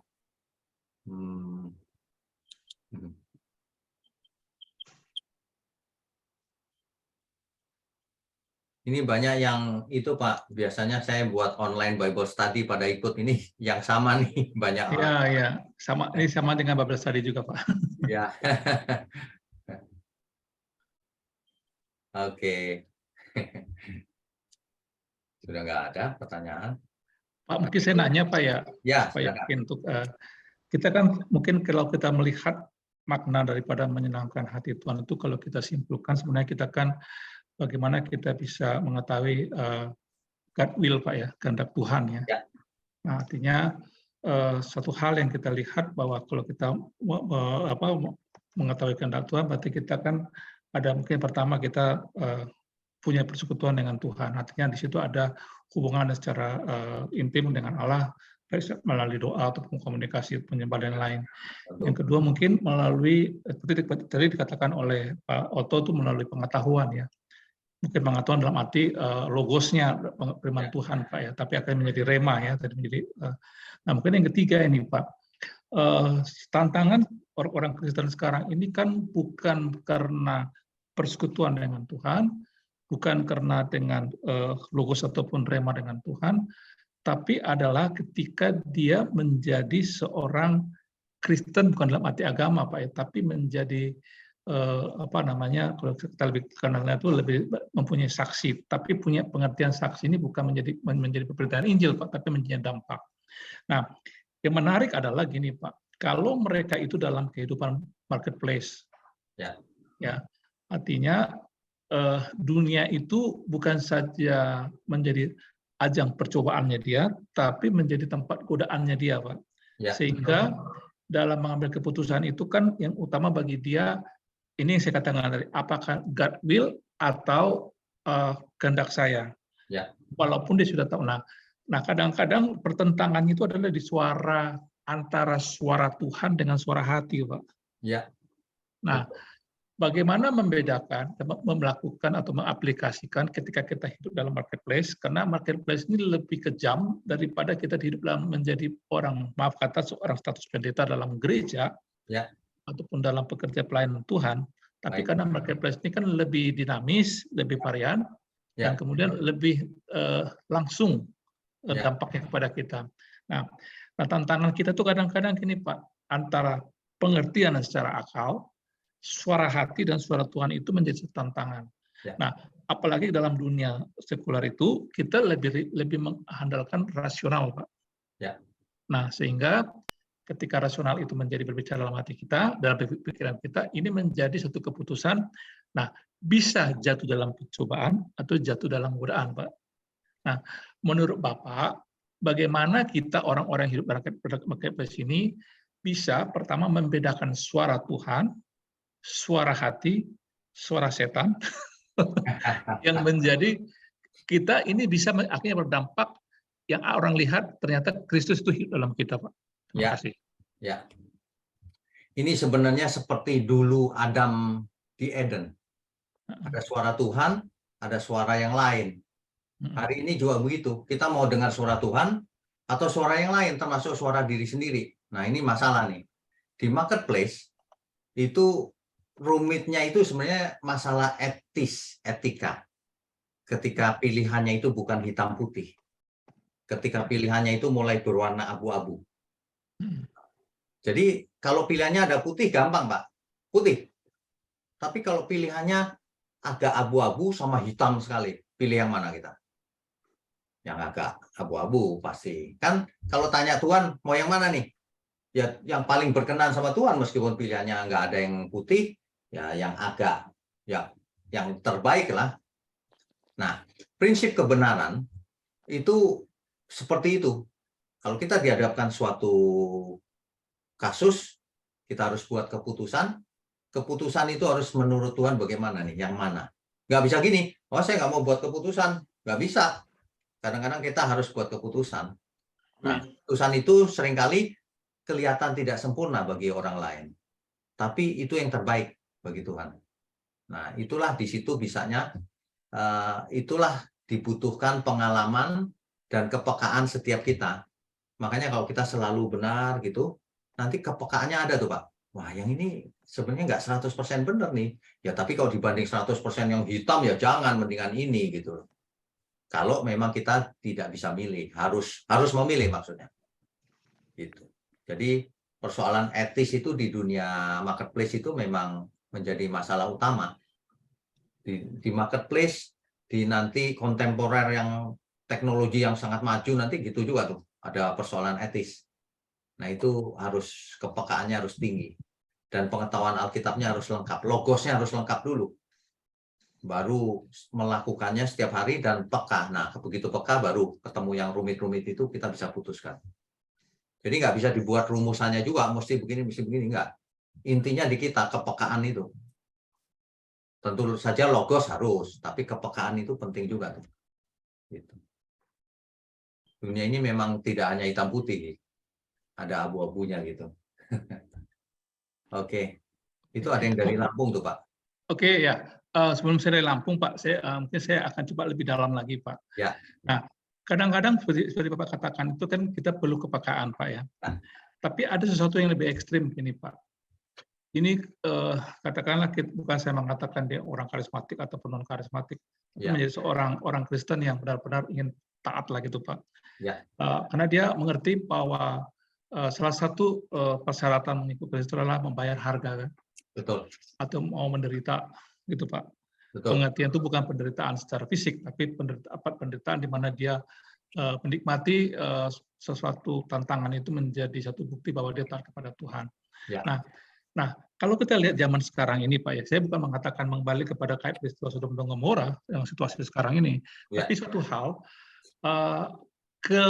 kesalahan atau kekeliruan yang nyata kadang-kadang itu ketika mengambil keputusan menjadi saksi dalam arti menanggung memikul salib itu kadang-kadang di situ kelemahannya Pak. Kenapa? Karena akhirnya membedakan dirinya kepada dunia Pak. Sehingga dia menjadi orang yang, maaf kata tanda kutip, jadi ekstrim. Bahkan membedakan antara orang Kristen, pengertian Kristen dalam orang yang aktivis gereja, ada yang menjadi Kristen biasa, ataupun orang yang sudah rohani dengan Kristen yang sesungguhnya. Nah, karena saya lihat begini, banyak sekarang tantangan ini menjadi suatu dilematika yang muncul, bukan karena ajaran Pak, tapi karena dalam pengertian ini, sehingga mereka melihat, saya mau taat kepada Tuhan dengan membayar harga. Nah, tetapi ini mengakibatkan menjadi lebih eksklusif ya, bukan inklusif ya. Nah, ini bagaimana dengan masalah ini Pak? Makasih. Ya. Jadi begini, ketika seseorang menjadi eksklusif, itu tidak tepat loh. Tuhan Yesus tidak eksklusif, Tuhan Yesus justru mendekati setiap orang yang berdosa, mendekat malah. Jadi kita tidak boleh begitu belajar kebenaran eksklusif. Salah. Kita belajar kebenaran, hidup benar justru makin inklusif, makin merambah, makin menjadi berkat. Makin bergaul dengan orang berdosa, tapi untuk menyelamatkannya. Kalau memang nggak mau diselamatkan, ya ditinggal memang harus. Itu. Jadi bukan menjadi eksklusif sih. Iman itu bukan eksklusif. Iman itu harus inklusif. Harus jadi berkat bagi dunia. Makanya arahnya bukan egosentris, tapi teosentris. Gitu. Tapi memang jebakan itu ada sih. Orang merasa rohani lalu memisahkan diri. Waduh, jangan. Kalau itu nggak tepat. Semua rohani itu ya. Iya. Semua rohani ya. Nanti dilihat orang malah aneh. Jangan. Ya. Oke. Oke, terima kasih Pak Yudnya. Ya, Pak Acu silakan langsung bertanya kepada Pak Yudnya. Ya, silakan. Saya bukan Bapak, saya Ibu. Ibu. Ya, Pak Apu, maaf Bu. Namanya silakan. Ya, makasih. Selamat malam semuanya. Saya terlambat nih. Apa-apa Bu. Ya, tapi dari tema yang saya baca, ajarku Tuhan hidup berkenan kepada Tuhan. Ya.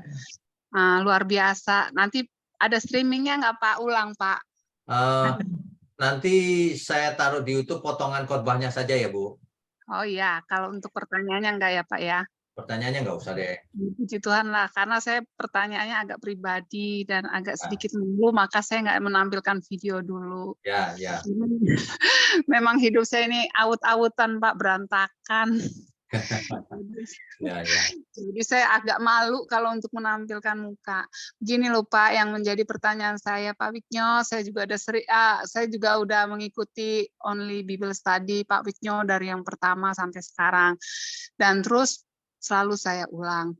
Tapi Pak, sepanjang perjalanan hidup saya, selama saya mau hidup berkenan sama Tuhan, saya mau dekat sama Tuhan, tapi yang menjadi penghalang bagi saya ini malahan suami saya sendiri, orang yang terdekat dalam hidup saya.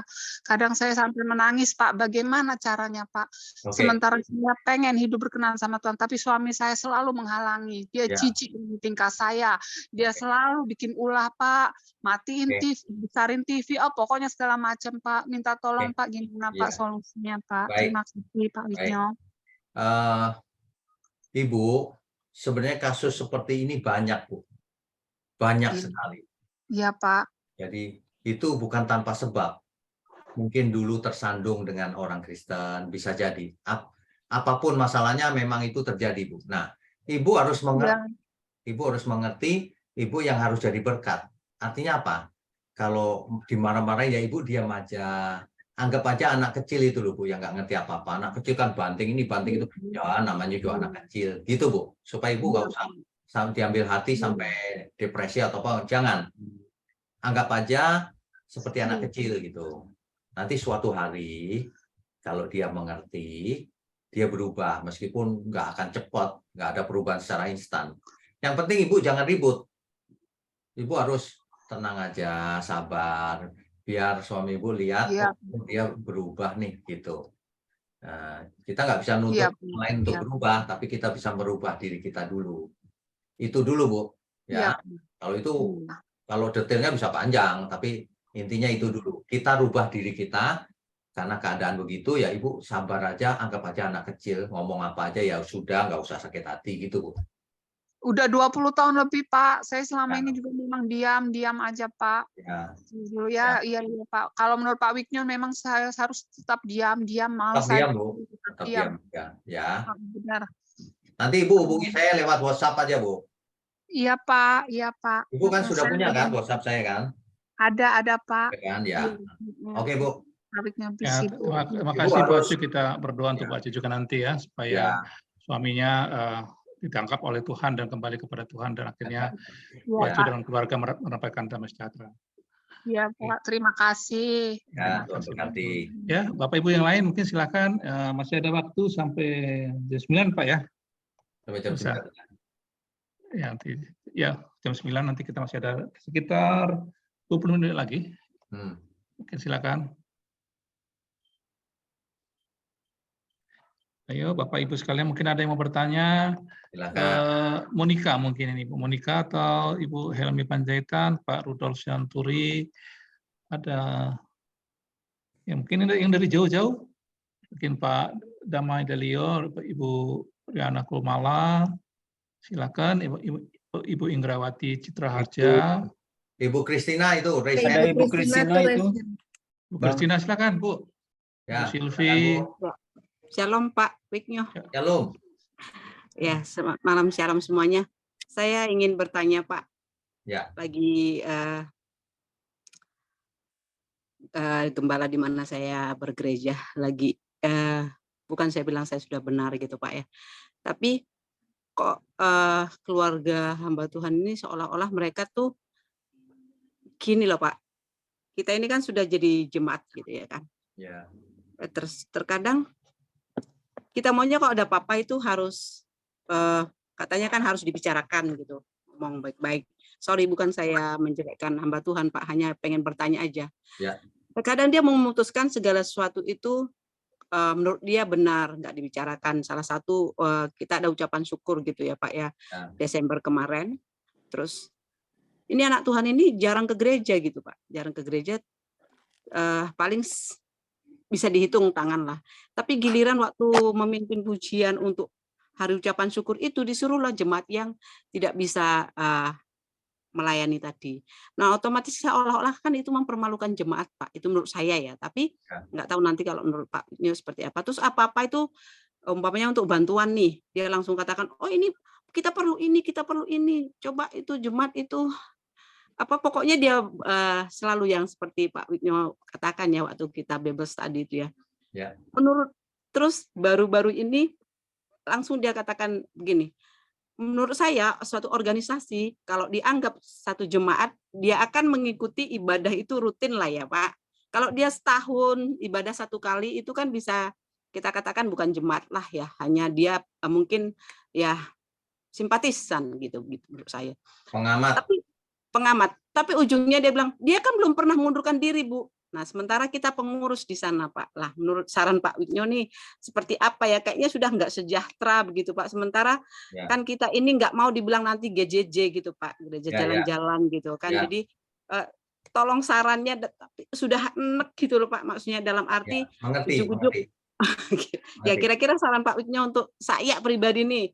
bukan saya katakan di mana pekerjaan saya yang sangat menguras, apalagi Pak bantu doa sekarang anak di lapas nih tambah lagi Pak kecil-kecil, lupa saya kirim fotonya ke Pak Wignyo, umur 14 tahun Pak, persetubuhan di bawah umur. Jadi dia ini saling jadi jadi saksi, jadi dua orang, jadi dia menggilir pacarnya. Jadi ini sekarang di lapas saya ada tambah 2 anak lagi. Tolong masukkan Pak Wignyo. Terima kasih. Bu Christina ini luar biasa loh melayaninya di lapas ya. Dunia butuh banyak orang seperti Ibu juga nih. Gini Bu, soal gereja ya. Kadang-kadang memang di gereja itu beda pendapat ya. Bisa salah buat keputusan bisa. Nah, tapi sebaiknya kita tidak usah ribut juga. Ya sudah. Enggak. Kalau sampai misalnya salahnya terus-terusan ya udah pindah gereja juga nggak dosa kok. Yang dosa adalah kau ninggalin Tuhan Yesus. Kalau pindah gereja itu nggak apa-apa kok. Saya juga kalau jemaat saya mau pindah ke sana boleh Pak? Boleh. Sana lebih dekat rumah, oh ya boleh. Tapi pilih gereja yang baik ya, jangan sembarangan juga gitu loh. Nggak dosa kok, nggak. Ya. Yang penting sejahtera, Tuhan disukakan. Kan ini topiknya perkenanan Tuhan, bukan perkenanan manusia. Jadi nggak usah takut. Cuma tidak usah ribut, itu aja. Tidak sih Pak, tidak. Dan terima kasih juga Pak, itu anak yang kemarin yang dihajar orang tuanya sudah operasi plastik Pak, dan puji Tuhan sudah. Sekarang karena itu tadi Pak enak, karena kita ada pendamping, dan bersyukur sekali saya ada di komunitas ini, selalu diperhatikan pemerintah, dan katakan mereka, saya sangat sedih sih Pak, katanya mereka masih ada orang Kristen yang baik. Nah itu yang saya nggak enak gitu Pak ya, maksudnya dalam arti bukan saya bangga dikatakan masih ada orang Kristen yang baik, dalam tanda kutip seperti yang Bapak katakan tadi, hidup kita ini harus berdampak dimanapun kita berada. Memang tidak enak Pak, tapi terima kasih Pak Wignyo, Tuhan berkati untuk kita semuanya. Tuhan berkati Ibu. Oke. Ya, terima kasih Bu Christina. Ada lagi mungkin. Ya silakan Bapak Ibu sekalian. Mungkin ada Ibu, ini mungkin Ibu Dewi ya dari TK Tabita. Ini Ibu guru atau kepala sekolah nih? Ibu Dewi silakan. Mungkin bagaimana dalam membina murid-murid ataupun dengan guru-guru. Pendapatan bagaimana? Malam Bu Dewi. Malam Pak Gem. Ya, saya kan kebetulan guru TK merangkap kepala sekolah, Pak. Ya. Iya. Jadi memang dalam pelayanan kami kebetulan TK yang kami layani ini adalah TK umum. Jadi semua agama nih ada di tempat kami gitu. Dari yang Muslim, Buddhis, Nasrani, Katolik gitu ya. Nah, cuman yang jadi keunikan di sini adalah banyak orang yang mengenal saya itu justru sebagai seorang Buddhis malah Pak. Oh, kok bisa begitu? Bacanya kali. Iya. Padahal background dari sekolah ini kan kebetulan Kristen gitu ya. Ya melalui banyak proses juga lah Pak, dari perilaku guru-guru segala macam, orang tua murid yang zaman-zaman dulu ya memang lumayan ini sih, lumayan membuat shock juga sih buat orang-orang Kristen gitu, kaget lah gitu. Jadi akhirnya saya belajar gini, agama Kristen sepertinya memang saya harus setuju. Agama Kristen itu bukan agama, tapi adalah hidup nyata. Di mana setiap kita itu benar-benar disorot dan kita pun sebagai pemeluknya itu bagaikan kayak diperhadapkan dengan pilihan-pilihan gitu loh Pak. Ibaratnya ujian hidup gitu. Selalu diberikan peluang untuk egois, selalu diberi peluang untuk memenang sendiri, selalu diberi peluang untuk pelit gitu.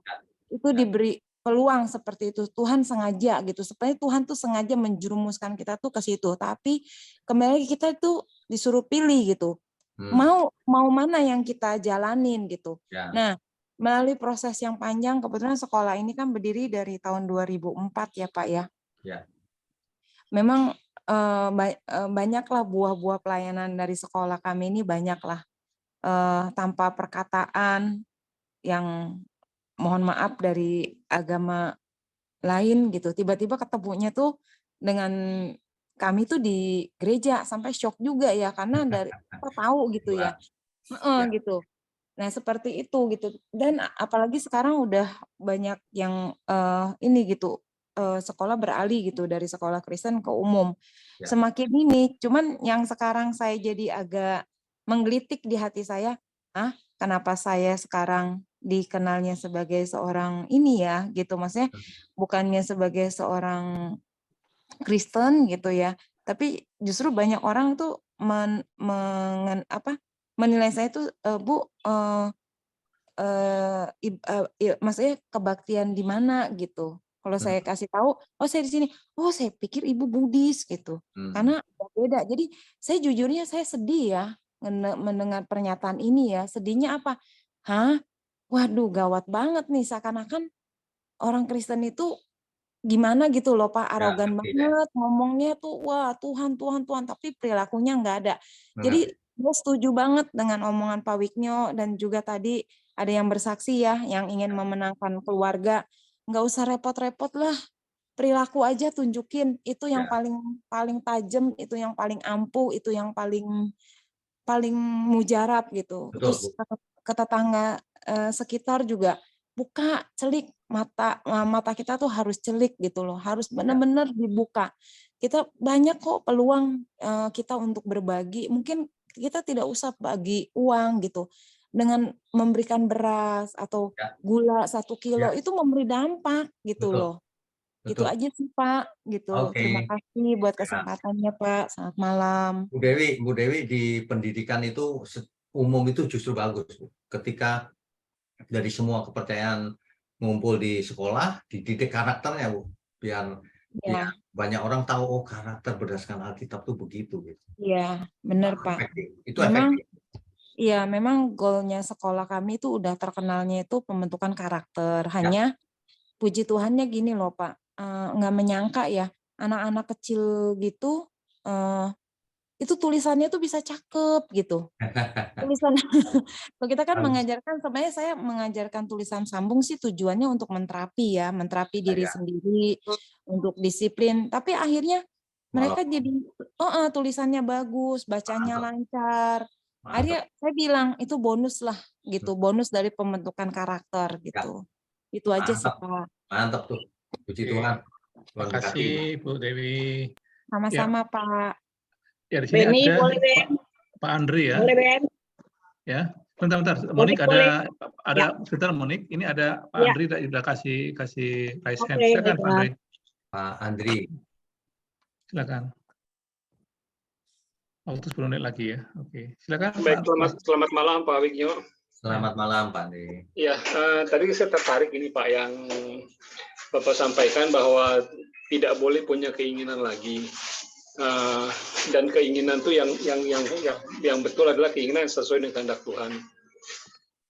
Saya bisa mengerti Pak, sampai cuma yang dibutuhkan adalah kan perubahan apa mungkin paradigma Pak ya, atau merubah pikiran supaya bisa menempatkan yang tadinya kesenangan pribadi itu menjadi kesenangan kita, tapi dibalik sekarang bahwa apa yang kesenangan Tuhan itu menjadi kesenangan kita gitu Pak. Betul sekali.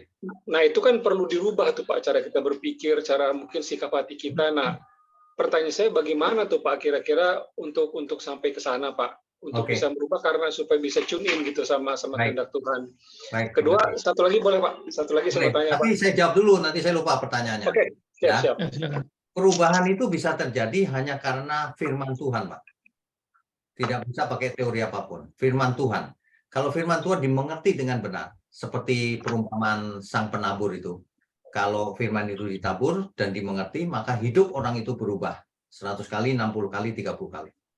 Saya sudah lihat orang-orang yang berubah itu karena firman, bukan karena yang lain. Jadi kuncinya adalah harus belajar firman Tuhan yang benar dan lengkap. Pasti berubah. Akal budinya berubah Pak. Nah, soal melakukannya itu menyusul sambil proses. Ya, karena begini Pak, betul sih kita harus melakukan firman Tuhan Pak. Ya, sampai kepada titik yang benar, lengkap, dan menyeluruh itu, Pak. Dalam kita mengerti firman itu kan terkadang memang bukan perkara mudah juga, Pak, gitu. Jadi apakah nanti kalau kita bisa mengerti itu semua, kita jadi apologet gitu, Pak. Harus sampai seperti itu, Pak. Nah, kedua juga nggak harus apologet, Pak, nggak harus apologet. Terus kalau dibilang kita mau melakukan firman Tuhan, kan kadang-kadang bingung nggak firman Tuhan yang mana dan di kondisi seperti apa, Pak? Nah, ini dia. Ini pertanyaan bagus sekali yang terakhir ini. Jadi, yang dimaksud tuh firman Tuhan yang mana itu bukan ayat yang mana, Pak. Inti daripada firman Tuhan dari awal sampai akhir itu apa sih? Nah, intinya itulah yang kita hidupi. Makanya saya buat yang namanya online Bible study itu. Kalau orang ikut, itu beda pasti. Karena saya urut kitab, tapi langsung Alkitabiah. Saya selesaikan sampai akhir kalau ketemu suatu topik. Sebab kebenaran itu pasti utuh, bukan sebagian. Nah, jadi saya sarankan ikut dulu yang urut itu. Nanti 6 bulan aja sudah merasakan. Meskipun belum utuh ya, tapi ya benar juga ya. Gitu. Nah, harus ngalamin dulu, Pak. Seperti orang belajar berenang. Katanya enak, tapi lihat air takut. Coba dulu, nanti setelah bisa dikit, oh ini nanti pasti oke nih, udah bisa dikit gitu. Jadi belajar firman sangat amat penting. Oke. Baik, Pak. Terima kasih.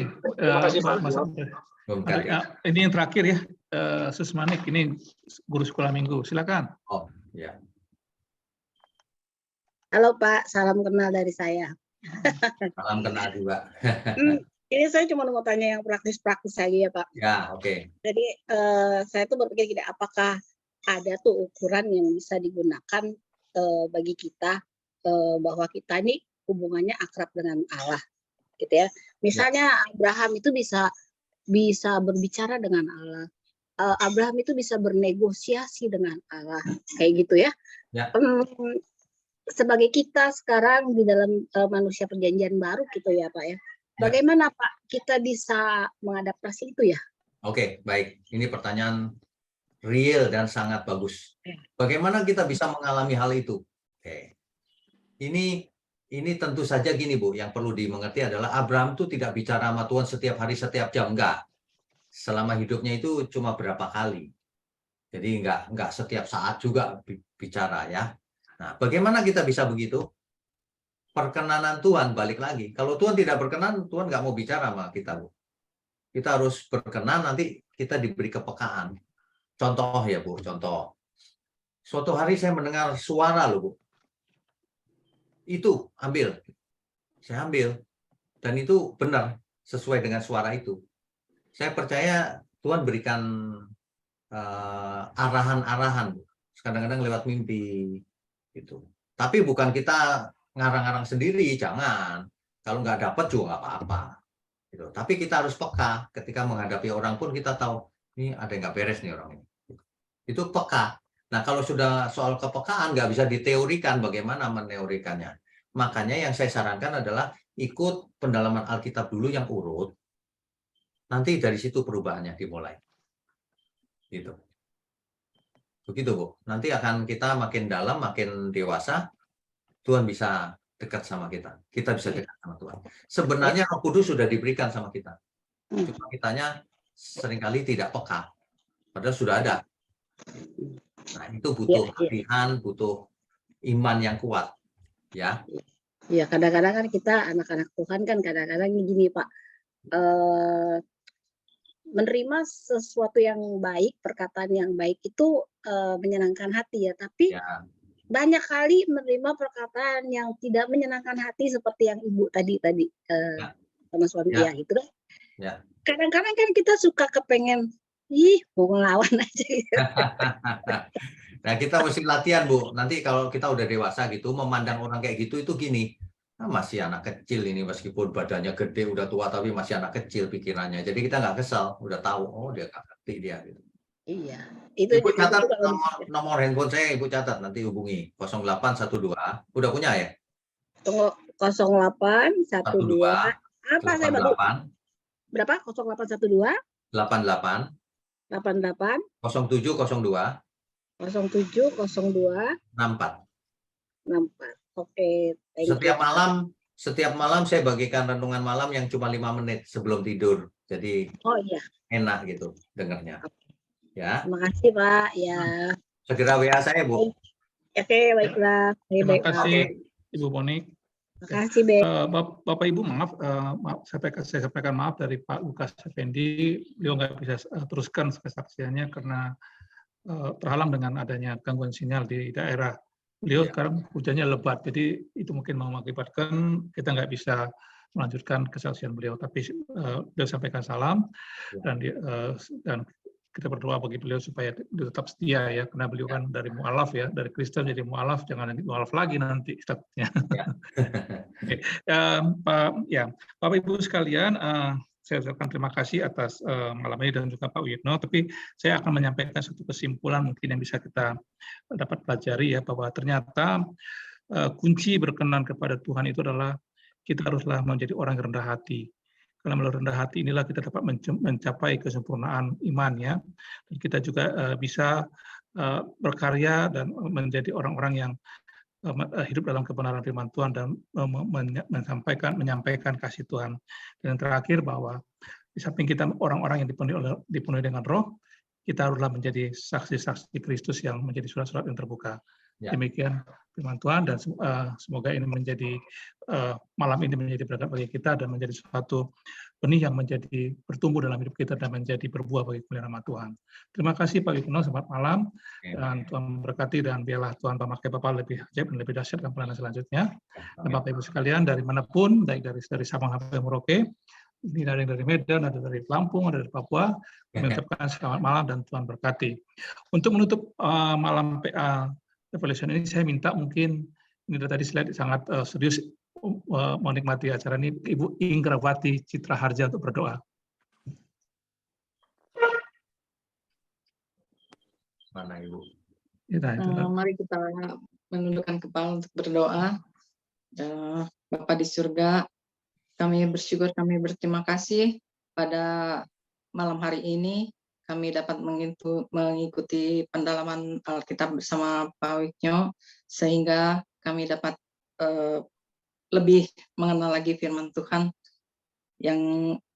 yang berusaha untuk kami lakukan juga. Terima kasih Bapak atas berkat-Mu hari ini untuk kami semua. Amin. Terima kasih.